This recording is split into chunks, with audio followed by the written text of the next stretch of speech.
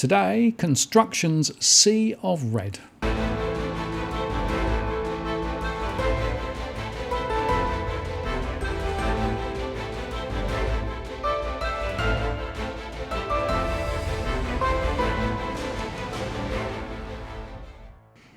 Hello again, it's Martin North from Digital Finance Analytics, World's latest post covering finance and property news with a distinctively Australian flavour. The ABS released their latest construction work done data today to December 2019. So this data is before the bulk of the bushfires and before the coronavirus hit. They said that the trend estimate for total construction work done fell 1.4% in the December quarter, with building work down 2% and engineering work down 0.5%. And the seasonally adjusted estimate for total construction work fell 3% to $49.7 billion in the December quarter, with total building work done down 4.1% to $28.9 billion and engineering work done down 1.5% to $20.8 billion. And this was a more significant decline than expected, as they thought it would be around 1%. Whilst there was a small rise in public works, up 0.7% in the quarter, which built upon a 3.6% rise in the previous quarter, private sector new home building was down 5.1%, renovations were down 1.2%, infrastructure was down 3.1%, and commercial building was down 4.7%. So construction is about 13% of the economy, and that means the 3% drop in work done in the December quarter will have a material direct impact on the overall growth outturn. Now, such a slide is not that unusual in the volatile series. Across the history of the series, dating right back to the mid-1980s, activity fell in 40% of the quarters, with the decline averaging 2.6%, but the construction sector has been in a cyclical downturn since the middle of 2018, with falls in 5 of the past 6 quarters, though note that the Q3 2019 estimate was revised from a fall of 0.6% to 0.4% growth. For the 2019 year as a whole, activity fell by 7.4%.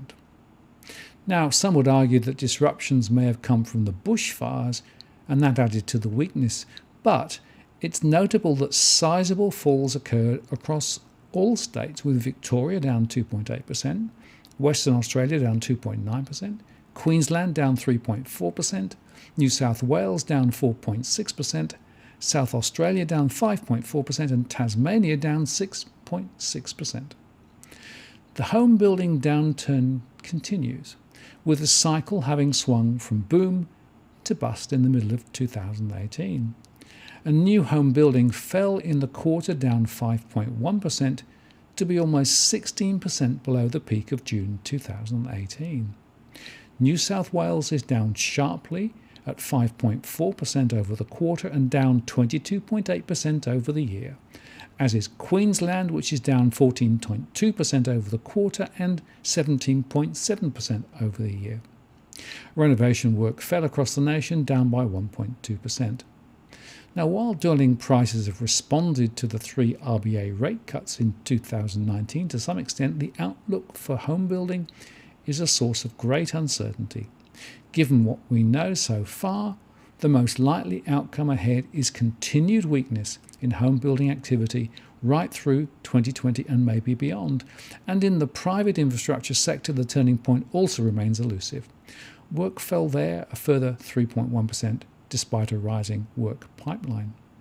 And falls in total infrastructure work were greater in the non-mining states, with Victoria down 4.2% and New South Wales down 5.2%, although there was some stabilisation in the mining states, with WA down only 1.3%, Queensland up 1.3%, and the Northern Territory up an amazing 2.9%.